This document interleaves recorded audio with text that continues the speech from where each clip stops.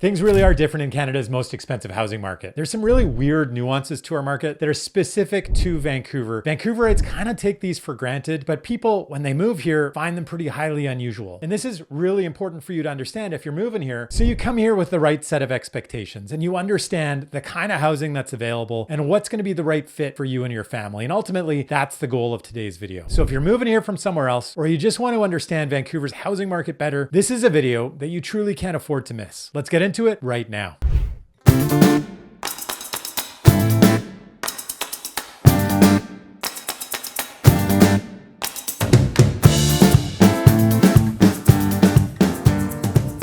Sebastian Albrecht with the Living in Vancouver, BC team. Welcome back to the channel. I wanted to start off this video by thanking all of you that tune into this channel every single week. So many of you don't miss a single video, and you guys are the ones who are making this channel such a huge success. So thank you so much. But if you're new here, this channel is all about moving to and living in Vancouver. And as I said, I make these videos every week so that you can understand what it's like to live in Vancouver. And this week, we're talking about the weird nuances of Vancouver housing, Canada's most expensive housing market. And let's get right into number one, the extraordinary number of people that rent in Vancouver. Yeah, that's true. In Vancouver, we see way more people renting than owning. And this is highly unusual in Canada. Across Canada, according to the 2021 census, 66% of Canadians owned rather than rented, and only 33% of Canadians rented. In Vancouver, this is exactly the opposite. We have 55% of the population in Vancouver renting and 45% of the population owning. And obviously, that has a lot to do with just how expensive Vancouver is. I mean, this is a city where the typical one bedroom might cost about $700,000 and the typical house costs a whopping $2.6 million.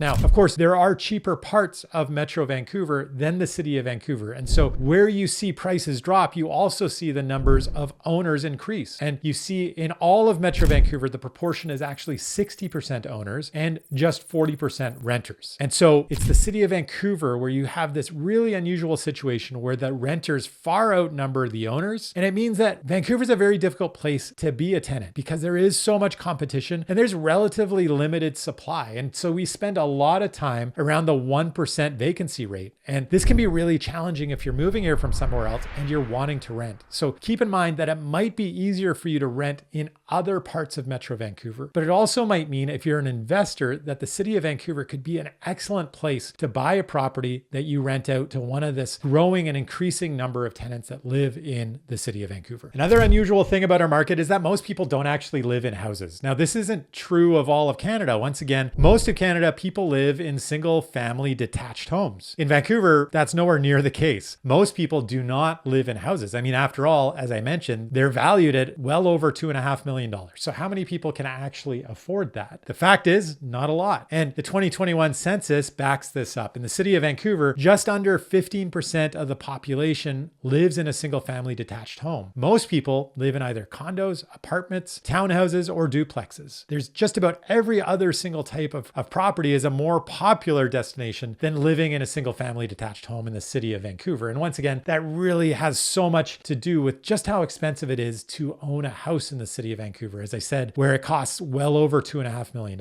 But in parts of Metro Vancouver where things aren't quite as expensive, where the prices can get down still over $1 million, but closer to $1 million, well, you're going to find these proportions increase. And so in Metro Vancouver as a whole, it's actually just under 28%. So just about double the number of people in Metro Vancouver live in single family detached homes than in the city of Vancouver. But again, in comparison to the national average is 53%. 53% of Canadians live in single family detached homes. And so you can see just how unusual it is that people really don't live in houses in Vancouver. And it's highly unusual to encounter people that own houses or live in houses. And compare this to other cities around Canada. Toronto is also right at that 53% mark, that national average. Calgary is at 55%, and Regina, one of the least expensive large markets, is at a proportion of 65% of people living in single family detached. So far more people live in single family detached homes in other markets than they do in the city of Vancouver. And so when you're moving here, the likelihood of you actually living in a house is pretty small. More than likely going to be moving into an apartment, renting for a while, or possibly buying a condo, buying a townhouse or a half duplex rather than buying a house. And that's fine because that's what most people in Vancouver are doing. So even after watching all this video and realizing that these nuances are things that you're okay with, if you're still thinking of moving to Vancouver and you need help buying a home, well, I'm a real estate agent that has helped hundreds of people move to and settle in Vancouver and find the right home. And I can help you and your family do exactly that. My contact information is right there on the screen. Be sure to reach out anytime, but let's get back to the video. Another weird nuance are the kind of homes that are being built and have been built for the last decade or so. And there's two types of homes that have been built for very specific purposes. Number one is for investors. And investors are looking for basically the biggest bang for their buck and something that's relatively easy to rent out. So we see a lot of construction in the last 10 to 20 years that is purpose-built for investment. And there's pretty much no frills. There's smaller units, a lot of studios, a lot of one bedrooms, and a lot of two bedrooms. What investors weren't looking for are homes that were built for families because really that price point was too high. And so those homes weren't being built for a very long time. But we do have a lot of condos that were built, sold to investors, and those investors have been renting those properties out for the last 10 to 20 years. The other thing that was happening at the same time was we weren't building purpose-built rentals. And so you don't see a lot of newer apartment buildings. Those are a much more recent addition to our marketplace. And those have been built within the last 5 years or so, these purpose-built rental buildings throughout Metro Vancouver, very specifically in the city of Vancouver. The process has been made a little easier. There have been incentives provided for developers to build that rather than condos. And of course, also the market for selling condos has diminished considerably over the last few years. So while we didn't see a lot of purpose-built rentals built in the last 20 or 30 years, we have seen a lot of them built in the last 5 years or so. But the second biggest type of home that's been built in the last few years are luxury homes. And you see a lot of luxury construction, specifically condo construction in the downtown core and areas like Metrotown or Brentwood or Coquitlam Center. And these are areas where people were downsizing. They had owned a single family residential home that they'd bought for not a lot of money in the 60s or 70s. And they had a lot of equity in those homes. And as they got older, they were looking to downsize and buy something with the equity that they'd built up. So the developers were thinking, well, we're going to build something that these people can spend their money on. And so they built a lot of high-end luxury in those areas that really just hasn't hit the market very well. And so that is part of the excess inventory that we see in our market. And it was mispriced, to be honest. You know, there were a lot of developments that were priced in the $1,500, $2,000, $2,500 range. And that kind of price just can't be justified now that those buildings have been completed. So a lot of people that bought into those developments thinking that these were can't miss investments realize now that they did miss on those investments. And that luxury end of the market has really struggled in the last few years. So those properties more often than not are really just struggling and they're sitting on the market. But what's working really well is something in the middle, that what we call the missing middle. So the segment between living in a condo and buying a house. So something between the $1 million mark and the $2.5 million mark, and whatever that might be in the markets throughout Metro Vancouver. But families are looking for quote unquote affordable options. And we just weren't building them for so long. And so increasingly, what so many municipalities are doing in the region is trying to build an affordable or relatively affordable option for families. And more often than not, this means multiplex development, and this also means townhouse development. And so we're seeing a lot of that kind of development happening rather than these massive high-rise towers. A lot of that is really struggling to find a market in today's economy. And another thing you need to get used to when you come to Vancouver is just smaller spaces in general. And this is true no matter whether you're looking at a condo or a house or a townhouse. So just to give you an idea, a typical house in the city of Vancouver is probably just over 2,000 square feet. A typical one-bedroom condo is probably about 600 square feet, two-bedroom about 800 square feet, a three-bedroom townhouse might be about 1,200 square feet, and a studio condo might be about 400 square feet. Now, all of these tend to be a lot smaller than you're going to see in markets all over Canada. And so what I find a lot when people come here is they're a bit shocked at the size of what people live in here. And of course, the related expense of it. So you might be buying a 550 square foot one bedroom and it costs $700,000, or a 2,000 square foot house and it costs $3 million.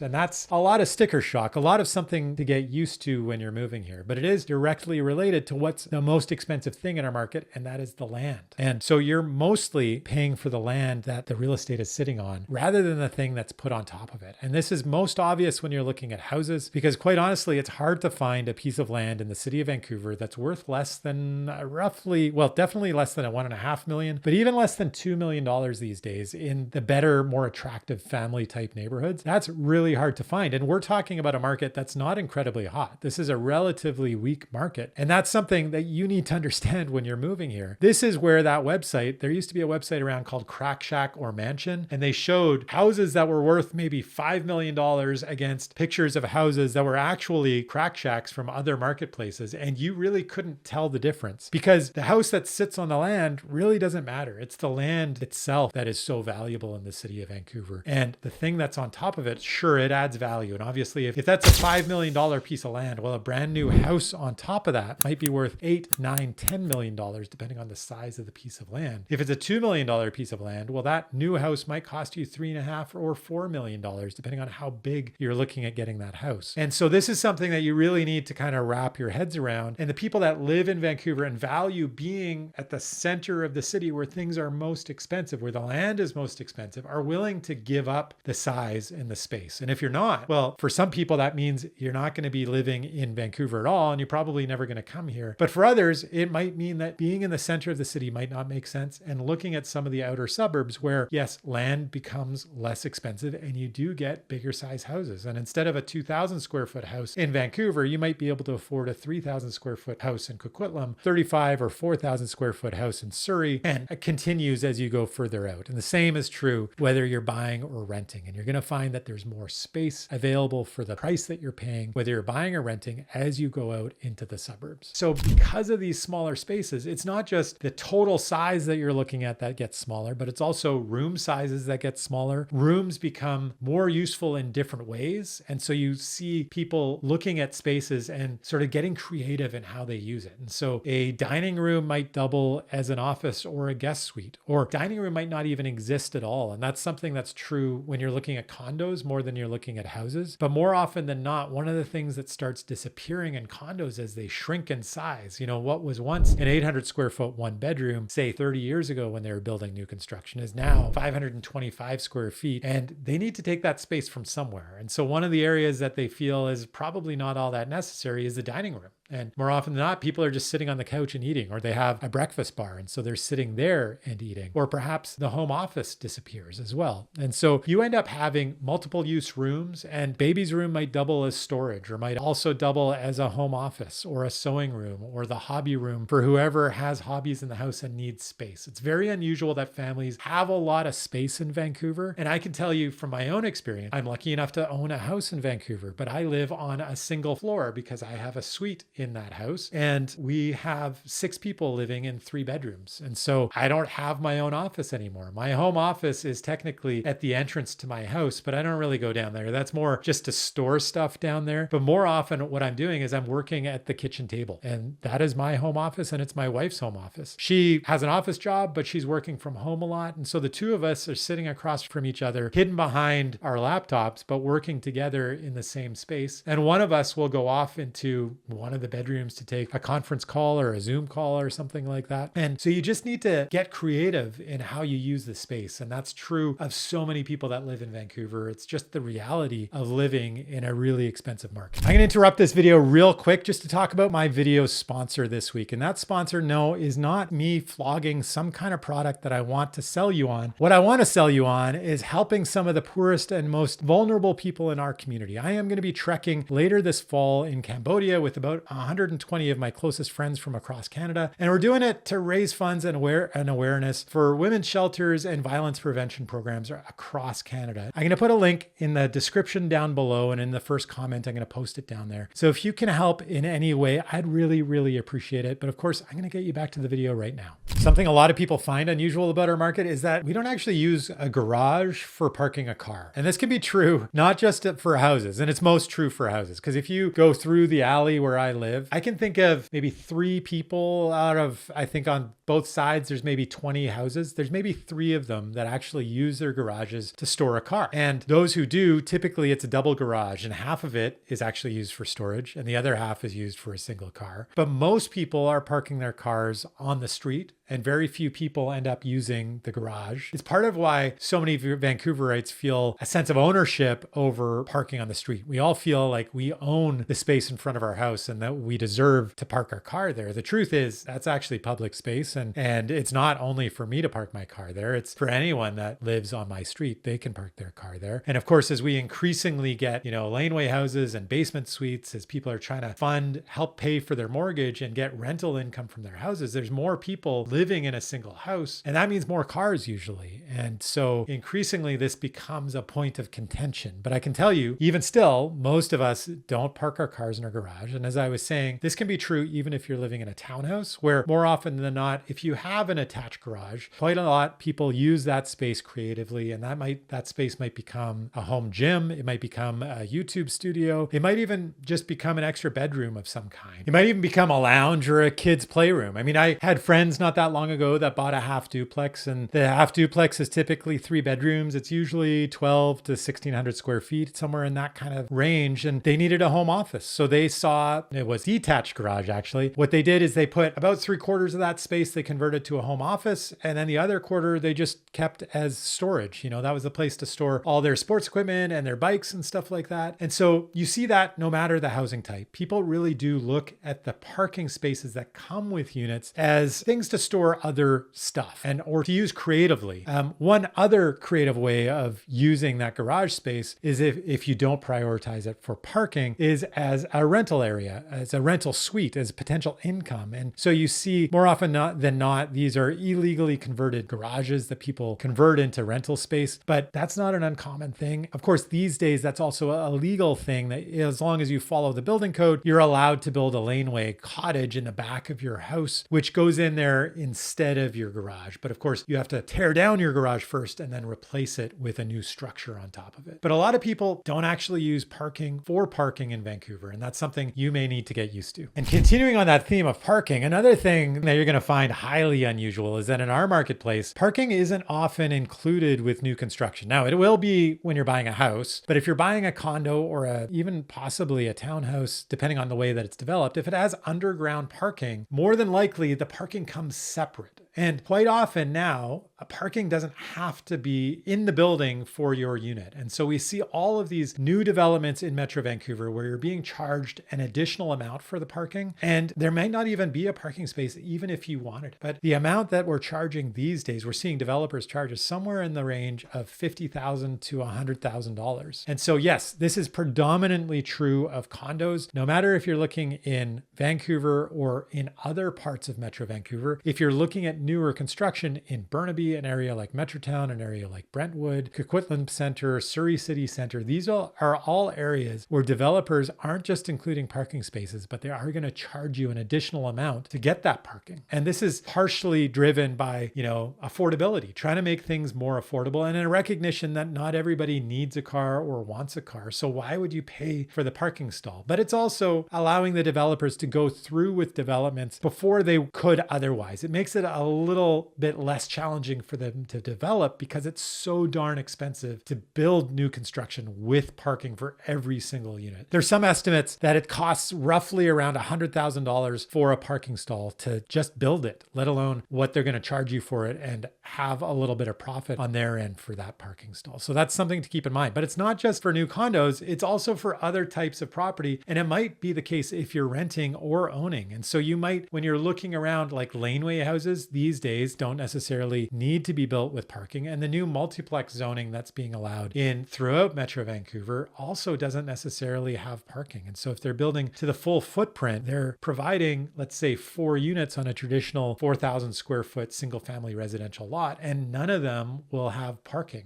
And so there's only really room for 2 cars at the front. Where do those other cars go? Well, that's something that you need to figure out if you're thinking of moving here, if you're thinking of renting, and depending on the housing type, how important is it for you to have access to parking, a parking space that you own or possibly rent? And something to keep in mind. You know what? In Vancouver, nearly every house has a suite. So if you're looking at buying a house and you're coming here and you're thinking, I just want to live in this house all by myself, that is a house that could actually be difficult to find because for so long, people have been transforming their houses goes into rental income. It's an expensive market. And so most people that are buying houses in Vancouver needed help with their mortgage. And it was very difficult to sell houses that either didn't have a basement suite in it at all or didn't have the possibility of having a basement suite. And so almost all the houses in the city of Vancouver actually have basement suites or have been built with them kind of roughed in. And you might find it difficult if you're moving here and you just want a house to live in on your own and you don't want or need a rental suite. Vancouver's one of those markets where it's actually going to be quite challenging to find. And it's very normal. I myself, as I've mentioned, have a suite, and I've always had a suite in a house that I've owned because it helps make owning a home in Vancouver so much more affordable. It's a huge part of my mortgage that is paid off every month by that rental income. And over the long term, when my mortgage is paid off, it also means that I'll just have very consistent income. And I personally don't find it's that big a deal having a suite in my house. I know that some people that are coming from other markets that are much less expensive have a very hard time understanding or wrapping their heads around that idea, feeling like they're giving up a lot of their own autonomy or their own privacy, and that ultimately it might not really be worth it. And of course, that's a decision you need to make. But just a warning, you might find it's really difficult to find a house without that rental income, without that basement suite. Now, you will find it a little bit more easily in the outer suburbs, once again, where things are less expensive and where people aren't driven as much by trying to make things more affordable. You're going to find that that percentage of houses with suites is lower, but it has been increasing as those markets also become more expensive. So just keep that in mind. No matter where you're looking in Metro Vancouver, you're going to find that houses generally do come with suites. And another thing you need to get used to is smaller bedrooms. This is a market that is increasingly having what many would consider really tiny bedrooms. I mean, I've seen bedrooms that are like 7x8 or 8x8. And this is a trend that we're seeing with new development from the 1970s, where you might have seen bedrooms that are like 16x20, to 2025, where we're seeing bedrooms in that 7x8 range. I mean, these are shrinking spaces that are really tiny in proportion. And that's something that you need to get used to, especially if you're moving here from another much less expensive market where you still have larger spaces. But really what developers have found is that people don't need large bedrooms. I mean, we don't need a couch in our bedroom. We don't need a giant chest of drawers. As long as there's some good storage, like at least some kind of walk-in closet or something of that nature, and maybe a place for drawers of some kind, but not nearly as big as they used to be, people are going to be more or less happy. What they want is space in the living room. The realization is we don't actually spend a lot of time in our bedrooms, and the time that we do spend there, we're asleep. And so when you're not asleep, you get out of your bedroom for the most part, and you don't need a big space. And that's where developers are. And that's the reason that we have much smaller bedrooms in our marketplace. But it's something you really need to get used to and sort of be prepared if you're moving here from somewhere else, that you're not going to necessarily going to be able to keep your grandma's bedroom furniture. That means a lot to you if you're buying a newer home in Metro Vancouver. And so those are all the weird nuances around housing in Vancouver. And a lot of it really is driven by how expensive our market has been for so very long, and kind of development over the course of the last 30 or 40 years during this period where really the cost of housing in Vancouver has been pretty extraordinary, and it's not diminishing in any way. So these are trends that I don't see going away at all anytime in the near future. These are trends that I help people understand. As you can see, I have so much experience helping people move to Vancouver. And as you probably know, I'm a real estate agent that has helped hundreds of people move to Vancouver. I can help you and your family as well. If you're thinking of moving here and you need some help finding a neighborhood, finding the right home, my contact information is right there on the screen. Be sure to reach out anytime. But if you're not quite ready to do that, of course, I have hundreds of videos. That's not quite true. Many dozens of videos, well over 100, that I've done all about moving to Vancouver and living in Vancouver to help you understand exactly what it's going to be like for you and your family here in Metro Vancouver. So be sure to check out that giant back catalog of videos. But there is one video that I'd like to meet you on, and that's this video right over here. And that's all about my favorite things about living in Vancouver. These are all some of the weird things. I want to talk to you about my favorite things about Vancouver, and that's a video linked right here.